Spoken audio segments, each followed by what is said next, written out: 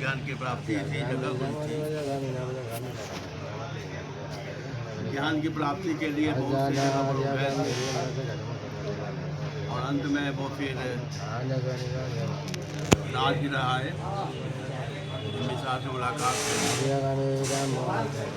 होने के बाद जो है उस समय तक जितने भी उस समय के जो प्रसिद्ध जो साधु संत थे सबसे उन्होंने मुलाकात की और उनके अधीन में उन्होंने शिक्षा ग्रहण किया।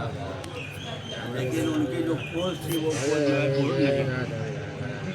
इस संसार में दुख क्यों है इसका समाधान वो ढूंढना चाहते थे, उसका समाधान उन लोगों के पास में थी ही नहीं। तो वहाँ चलने के बाद जो है फिर वो यहाँ आए। यहाँ आने के बाद निर्जना तट पर जैसे पार करते उस पार एक जो है बालक अपने भैंसों को गाय को इत्यादि को धो रहा था। उसका नाम था स्वास्तिक। उसने देखा कि एक लंबा चौड़ा काले काले बाल, घुंघराले बाल, काली काली आंखें, लंबी लंबी बाहें, चौड़ी चौड़ी छाती, लंबा चौड़ा, ऐसा पर्सनालिटी कौन ये अवतरित हो गया है यहाँ पर। इधर के लोग तो इस प्रकार से होते नहीं हैं। इधर के लोग तो जो ज़्यादातर जो है आपको नाटे कद के पतले काले काले होते हैं। ये कौन सा अवतरित हो गया है। उसने सोचा लगता है कोई देव अवतरित हो गए हैं। बाचाल था, बोलने में बहुत एक्सपर्ट था। सोचा चलो इनसे बातचीत करते हैं। बातचीत करने के क्रम में वो अपने माने जो भी माने गाय इत्यादि था जो सबको छोड़ दिया, दूसरे को दे दिया धोने के लिए। आप स्वयं ही जो है वो सिद्धार्थ गौतम के पास में और गया और पूछा आप कौन है, क्या किसी देवलोक से यहाँ पर अवतरित हुए हैं। सिद्धार्थ गौतम मौन से मुस्कुराते हैं, कहते हैं कि नहीं, मैं कोई देवलोक से अवतरित नहीं हुआ हूँ। मैं कपिल वस्तु का राजकुमार था और संसार में जो दुख है उस दुख का समाधान करने के लिए, ढूंढने के लिए मैं घर से बाहर निकला हूँ। मुझे अभी तक समाधान नहीं हुआ है, लेकिन फिर भी मैं चाहता हूँ कि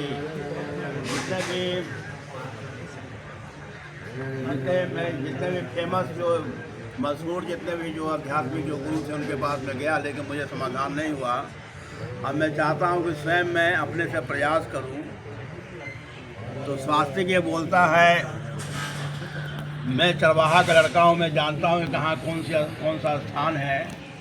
मैं आपको आमंत्रित करता हूँ कि आज आप मेरे घर पर रुकिए, मेरे कुटी में रुकिए। तो उस समय सिद्धार्थ गौतम जो है वो स्वीकार कर लेते हैं। स्वीकार करने के बाद जो है वो फिर अपने गाय इत्यादि को, भैंस इत्यादि को इकट्ठा करता है। इकट्ठा करने के बाद वो सिद्धार्थ गौतम को अपने कुटी पर ले जाता है। ले जाने के क्रम में दाएं बाएं दिखाते हुए, ऊंचा नीचा से बचाते हुए वो जो है आपको अपने कुटी में पहुंचता है और आवाज़ लगाता है भीमा रुपए इत्यादि। तो वो जो आवाज़ लगाता है तो घर से जो है माने कि एक इसकी उम्र तो उस समय 10 साल की थी, लेकिन उसके और जो भाई वगैरह निकला तो किसी की 8 साल की उम्र थी, किसी का 7 साल की उम्र थी। तो सिद्धार्थ गौतम को बड़ा ही आश्चर्य हुआ, लेकिन फिर भी जो है उसने कहा कि आप एक खाट निकालो, मेहमान आए इनका स्वागत करो। फिर वो पैर धोया गया, फिर खाट पर बैठे। खाट बैठने का फिर परिचय हुआ कि घर में कौन कौन है। तो घर में जो है माता पिता बहुत पहले चले गए, एक दुर्मुही बच्ची भी थी। और सारा घर का खर्चा मैं चलाता हूँ। और ये जितने भी गाय भैंस आप देख रहे हैं, यहाँ पर एक राम मुलावल नाम का एक आदमी है, उसी के गाय भैंस है। उससे जो भी मुझे दूध मिलता है उसे बेच करके मैं अपने परिवार का पालन पोषण, भाई बहन का पालन पोषण मैं करता हूँ।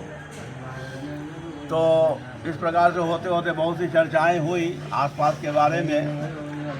और फिर उसके बाद रात ढल गई। उसके बाद उसमें जो है बहुत विश्राम करने के लिए वो चले गए। फिर सुबह होने पर जैसा कि वादा था कि मैं आपको जगह दिखाऊंगा, तो अभी वर्तमान में जो आपको ढूंगेश्वरी जो हम बोल रहे हैं उसके बारे में वो स्वास्तिक बोलते हैं कि मैं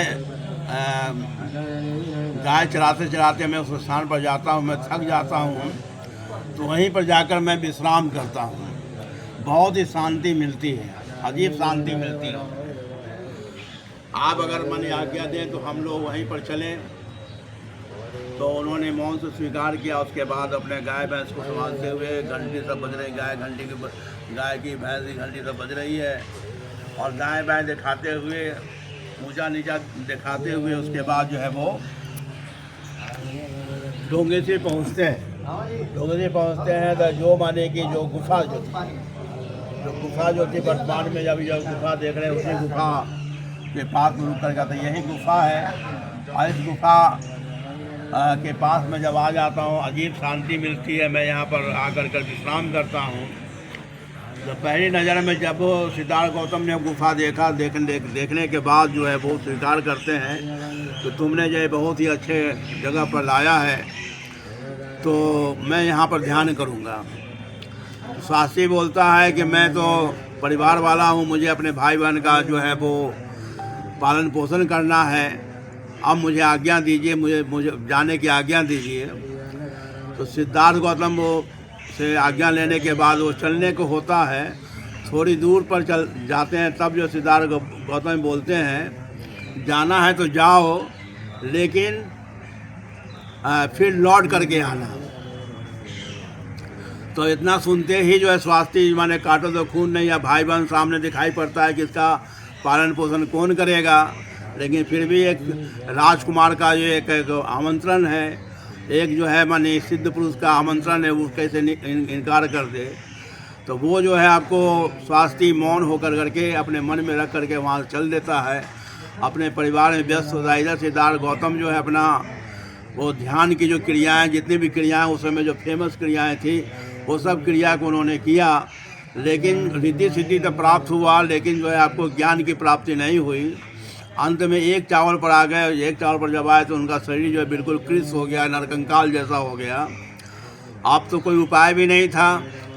तो उस समय जो है आपको 5 ब्राह्मण जो उनकी सेवा में सोच लिया कि अब इनको ज्ञान की प्राप्ति नहीं हुई, तो वो वहाँ से छोड़ के चले गए। ये पड़ गए अकेले।